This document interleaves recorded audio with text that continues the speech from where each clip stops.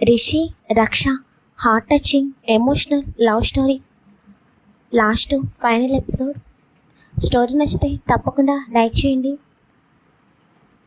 రిషి బాధని భరించలేక వెంటనే రక్ష షోల్డర్స్ పట్టుకుని ఒక్కసారిగా తనని పైకి లేపి గట్టిగా తన గుండెలకి హత్తుకుంటాడు. పిచ్చి రక్ష, 8 సంవత్సరాలుగా నన్ను ప్రేమిస్తూ నీలోనే నువ్వు ఎంత బాధపడ్డావో ఈ నిమిషమే నాకు అర్థమవుతుంది. ఆ రోజు ఒక్క నిమిషం నువ్వు అక్కడే ఆగి తర్వాత జరిగిన మాటలను వింటే ఇన్ని సంవత్సరాలు నువ్వు బాధపడేదానివి కాదు కదా అని రిషి అంటుంటే రక్ష అర్థం కాక అయోమయంగా తల పైకెత్తి రిషి వైపు చూస్తుంది. అసలు ఆ రోజు ఏం జరిగిందో నీకు తెలుసా? అసలు నేను వైశాలిని ప్రేమిస్తూనే కదా. అసలు వైశాలి ఎవరో తెలుసా నీకు? తను నా సొంత మరదలు అని రిషి చెప్పగానే రక్ష ఒక్కసారిగా షాక్ అవుతుంది. వైశాలి మన క్లాస్మేట్ రవిని ప్రేమించింది. ఇద్దరు ప్రాణంగా ప్రేమించుకున్నారు. కానీ మా అత్తయ్య వాళ్ళు వైశాలికి సడన్గా పెళ్లి చూపులు ఎంగేజ్మెంటు అరేంజ్ చేయించారు. ఆ రోజు ఆ విషయం గురించే వైశాలి నాతో మాట్లాడింది. చిన్నప్పటి నుండి తను నేను ఒకే ఇంట్లో పెరిగాము. అందుకే తను బాధలో నన్ను హగ్ చేసుకుంది. ఆ టైంలో నేను తనకి అత్తయ్య వాళ్ళు ఫిక్స్ చేసిన ఎంగేజ్మెంటు పెళ్ళి జరగనివ్వనని చెప్పాను. 1 వీక్ టైం ఉంది కాబట్టి తనని నాతో పాటు యుఎస్కి తీసుకుని వెళ్ళాలని అనుకున్నాను. ఒక్క క్షణం నువ్వు ఆగి మా మాటలు విని ఉంటే ఇన్ని సంవత్సరాలు ఇంత బాధపడేదానివి కాదు. ఇంకొక 2 అడుగులు నువ్వు ముందుకు వేసి ఉన్నా అక్కడ బెంచ్పై బాధపడుతూ కూర్చున్న రవి నీకు కనిపించేవాడు. కానీ నువ్వు పూర్తిగా లోపలికి రాలేదనుకుంటా. అందుకే రవి నీకు కనిపించలేదు. అప్పుడే నేను రవితో చెప్పాను 1 మంత్లో తన పేరెంట్స్ని ఒప్పించి తనని కూడా యుఎస్కి రమ్మని చెప్పి. అలా 1 వీక్ తర్వాత నేను వైశాలిని తీసుకుని యుఎస్కి వెళ్ళిపోయాను. అత్తయ్య వాళ్ళకి వైశాలికి ఆ పెళ్ళి ఇష్టం లేదని చెప్పి రవికి వైశాలికి పెళ్ళి చేస్తామని చెప్పాను. కానీ వైశాలి రవి ఇద్దరు సెటిల్ అయిన తర్వాతే వాళ్ళు పెళ్ళికి ఒప్పుకుంటామని అన్నారు. ఇంకా మేము ముగ్గురం యుఎస్కి వెళ్ళి అక్కడే 2 years జాబ్స్కి సంబంధించిన కొన్ని కోర్సెస్ నేర్చుకుని తర్వాత జాబ్ చేసాము. అదంతా కంప్లీట్ అయిన తర్వాత వైశాలికి రవికి ఇంట్లో అందరి సమక్షంలో హైదరాబాద్లోనే గ్రాండ్గా పెళ్ళి జరిగింది. కానీ ఆ టైంకి నువ్వు బెంగళూరుకి వచ్చేస్తుంటావు. అందుకే ఆ విషయం నీకు తెలియదు. 2 years తర్వాత వైషు ఫస్ట్ టైం ప్రెగ్నెంట్ అవ్వడం వల్ల ఆ హ్యాపీనెస్ని నాతో షేర్ చేసుకోవాలని అనుకుంది. అందుకే తను నేను నా బర్త్డేని హైదరాబాద్ నుండి నా దగ్గరికి వచ్చింది. రవికి తనకి పెళ్లి చేయడానికి కారణం నేనే కాబట్టి తన సంతోషంలో తను హ్యాపీగా ఉండడానికి కారణం నేను అని చెప్పింది. కానీ తను ప్రెగ్నెంట్ అవ్వడానికి కాదు. అసలు ఆ ఊహ కూడా నేను భరించలేను. నువ్వే పిచ్చిదానిలాగా మనసులో ఏవేవో ఊహించుకున్నావు. అప్పటికి నాకు అనిపించింది వైశాలిని చూడగానే నీ ఫేస్ ఎందుకు డల్ అయిపోయింది అని. ఆ విషయమే అడుగుదామని నిన్న ఈవినింగ్ నీ ఫ్లాట్కి వచ్చాను. కానీ నువ్వు నా మాటలు వినే పరిస్థితుల్లో లేవు. నీకు నమ్మకం లేకపోతే ఇప్పుడే వైషుతో మాట్లాడు. తనే నీకు జరిగింది చెప్తుంది. నేను ఇప్పటి వరకు ఎవరిని ప్రేమించలేదు రక్ష. కానీ ఆఫీస్లోకి వచ్చిన తర్వాత నిన్ను చూసిన తర్వాత నాకు తెలియకుండానే నీపై ఫీలింగ్స్ కలిగాయి. అవి ఎప్పుడు ప్రేమగా మారాయో కూడా తెలియదు. అందుకే నేను నీతో అంత క్లోజ్గా ఉండటానికి రీజన్ నువ్వు నా గురించి ఇలా ఆలోచిస్తున్నావని నేను అస్సలు అనుకోలేదు. బీటెక్లో నువ్వు నన్ను ప్రేమించావని అస్సలు ఎక్స్పెక్ట్ చేయలేదు. ఏంటిదంత రక్ష అని రిషి బాధగా అంటుంటే అప్పటి వరకు రిషి చెప్పిన మాటలకి రక్ష బొమ్మలాగా వింటూ ఉండిపోతుంది. అంటే నువ్వు వైశాలి ప్రేమించుకోలేదా? వైశాలి రవిని ప్రేమించిందా? వాళ్ళకే పెళ్ళి జరిగిందా? నువ్వు నన్ను ప్రేమించావా అని వైశాలి చిన్నగా అడుగుతుంటే ఇంకా నీకు ఎంత క్లియర్గా చెప్పాలి మెంటల్? నేను చెప్పేది నీకు అర్థమవుతుందా? బీటెక్లో నేను నీ గురించి ఆలోచించలేదు, ఎప్పుడు నిన్ను అబ్జర్వ్ చేయలేదు. ఒకవేళ అప్పుడే అబ్జర్వ్ చేస్తుంటే నేను కూడా నిన్ను ప్రేమించేవాడినేమో. కానీ చాలా లేట్ అయిపోయింది నీ లైఫ్లోకి తిరిగి రావడానికి. ఇప్పుడు చెప్తున్నాను విను, నేను నిన్ను మనస్ఫూర్తిగా ప్రేమిస్తున్నాను. నీకు అర్థమవుతుందా?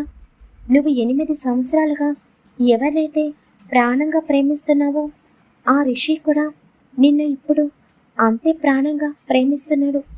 ఈ 8 సంవత్సరాలు నువ్వు నా గురించి అపార్థం చేసుకుని ఎంత నరకం అనుభవించావో, ఇప్పటి నుండి ఈ క్షణం నుండి ఆ రిషి నీకు అంతే సంతోషాన్ని జీవితాంతం పంచుతాడని నేను నీకు మాటిస్తున్నాను. నా మాటలు నీకు అర్థమవుతున్నాయా అని రిషి అంటుంటే రక్ష ఒక్కసారిగా ఫోర్స్గా రిషిని హత్తుకుంటుంది. ఐఎమ్ సారీ రిషి, ఇదంతా నా మిస్టేకే. ఇందులో నీ తప్పేమీ లేదు. నిన్ను ప్రాణంగా ప్రేమించి ఆ విషయం నీకు చెప్పాలని వచ్చినప్పుడు అక్కడే ఉండి పూర్తిగా నేను వినాల్సింది. కానీ ఆ మాటలు విన్న తర్వాత ఒక క్షణం కూడా అక్కడ ఉండకుండా వెళ్ళిపోవడం అది నా తప్పు. నువ్వు వైశాలిని ప్రేమిస్తున్నావా అని అడగకుండా ఆ క్షణమే నీ గురించి వదిలేసి రావడం నా తప్పు. ఇంతకాలం తర్వాత నువ్వు నా కళ్ళెదురుగా వచ్చిన తర్వాత కూడా నేను ఒక్కసారి కూడా వైశాలి గురించి అడగకపోవడం నా తప్పు. ఇందులో నీ తప్పేమీ లేదు రిషి. నాకు నేనుగా నా జీవితాన్ని ఇన్ని సంవత్సరాలు నీ గురించి తప్పుగా అనుకుని అపార్థం చేసుకోవడానికి బాధపడడానికి కారణం నేనే. I'm sorry Rishi. ఇంతకాలం అయినా కూడా నేను నిన్ను ఎందుకు మర్చిపోలేదా అనుకున్నాను. ఇప్పుడు అర్థమవుతుంది, నా ప్రేమలో నిజాయితీ ఉంది. అందుకే మళ్ళీ నీ ప్రేమని పొందగలిగాను. ఐ లవ్ యూ రిషి అని రక్ష ఏడుస్తూ రిషిని హత్తుకుని అంటుంటే ఐ లవ్ యూ టు రక్ష. పిచ్చిదానిలాగా ఏవేవో ఊహించుకుని ఇన్ని సంవత్సరాలు నిన్ను నువ్వు బాధ పెట్టుకున్నావు. ఈరోజు కనుక నాకు నిజం తెలియకపోతే నిజంగానే నన్ను విడిచిపెట్టి వెళ్ళిపోయేదానివేమో. అయినా అంత ఈజీగా ఈ రిషి నిన్ను ఎలా వెళ్ళనిస్తాడని అనుకున్నావు? రేపు నువ్వు ఆఫీస్కి వచ్చిన తర్వాత అసలు ఏం జరిగిందో మొత్తం నీ నుండి నిజం రప్పించాలని అనుకున్నాను. కానీ ఈరోజే నిజం తెలిసిపోయింది. ఇంకెప్పుడు ఈ రిషి నీ చేతిని వదిలిపెట్టడు అని రిషి రక్ష నుదిటిపై ముద్దు పెట్టుకునేసరికి 8 సంవత్సరాలుగా బాధపడుతున్న రక్ష ఆ ఒక్క ముద్దుతో తను అనుభవించిన నరకం మొత్తం క్షణంలో పోయినట్లు అనిపిస్తుంటే తన మనసంతా గాలిలో తేలుతున్నట్లు అనిపిస్తుంది. రేపే మీ పేరెంట్స్తో మాట్లాడతాను. మా పేరెంట్స్కి అయితే నేను ఎవరిని పెళ్లి చేసుకున్నా వాళ్ళకు ఓకే. ఇంకా మీ పేరెంట్స్తో మాట్లాడి నిన్ను పెళ్లి చేసుకుంటాను రక్ష అని రిషి రక్ష 2 చెంపలపై తన చేతులను వేసి చెప్తుంటే రక్ష ఆనందానికి హద్దులుండవు. నిన్న మార్నింగ్ ఒకటి నేను మిస్ అయ్యాను అని రిషి అంటుంటే రక్ష అయోమయంగా రిషి వైపు చూస్తూ ఏంటి అని అడుగుతుంది. ఇది అని రిష చిన్నగా నవ్వుతూ రక్ష పెదవులపై తన పెదవులని నిలిపి ముద్దు పెట్టుకుంటుంటే రక్ష 2 చేతులు కూడా రిషి చుట్టూ అల్లుకుంటాయి. 8 సంవత్సరాల బాధ ఆ క్షణంతో మొత్తం పోయినట్టు అనిపిస్తుంటే తను ప్రాణంగా ప్రేమించినవాడు ఈ రోజు నుండి తన జీవితం అవ్వబోతున్నాడు అని అర్థమవుతుంటే రక్ష మనసులో ఉండదు. ఆ టైంలో తన సంతోషం ఎవరితో పంచుకోవాలో కూడా తనకి అర్థం కాదు. తను కూడా రిషి పట్టే ముద్దుకి రెస్పాండ్ అవుతుంది.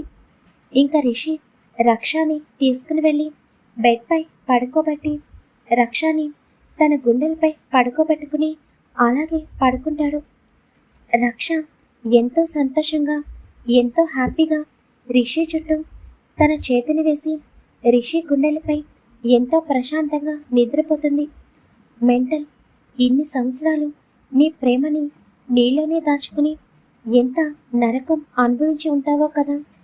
2 రోజులు నువ్వు నాతో సరిగ్గా మాట్లాడకపోతేనే నేను ఎంతో బాధపడ్డాను. అలాంటిది ఇన్ని సంవత్సరాలు నీ మనసులో నన్ను దాచుకున్నావంటే నీ ప్రేమలో ఎంత నిజాయితీ ఉందో, నువ్వు నన్ను ఎంత ప్రాణంగా ప్రేమించావో అర్థమవుతుందిరా. ఇంకెప్పుడు ఈ రిషి వల్ల లైఫ్లో నువ్వు అస్సలు బాధపడవు అని రిషి మనసులో అనుకుంటూ రక్ష నుదుటిపై చిన్నగా ముద్దు పెట్టుకుంటాడు. ఇంకా నెక్స్ట్ డే రక్ష నిత్యకి జరిగిందంతా చెప్పగానే నిత్య ఆనందానికి హద్దులుండవు. రక్ష, రిషి, నిత్య ముగ్గురు కూడా హైదరాబాద్కి వెళ్ళి రక్ష పేరెంట్స్తో మాట్లాడతారు. అఖిల్ గురించి తెలుసుకున్న రక్ష పేరెంట్స్ అఖిల్పై చాలా కోపం వస్తుంది. కానీ చివరికి తన కూతురు ప్రేమ గెలిచింది అని వాళ్ళు చాలా సంతోషంగా ఫీల్ అవుతారు. ఇంకా రక్ష పేరెంట్స్ మధ్య, రిషి పేరెంట్స్ మధ్య రక్ష, రిషి పెళ్ళి అనేది అంగరంగ వైభవంగా జరుగుతుంది. అలాగే రిషి మంచి అబ్బాయిని చూసి నిత్యకి కూడా పెళ్లి చేయిస్తాడు. అలా రక్ష, రిషి ఇద్దరు కూడా లైఫ్ లాంగ్ హ్యాపీగా ఉంటారు. కొంతమంది ప్రేమలో నిజాయితీ ఉన్నా కూడా కొంతమంది ఆ ప్రేమని పొందలేకపోతారు.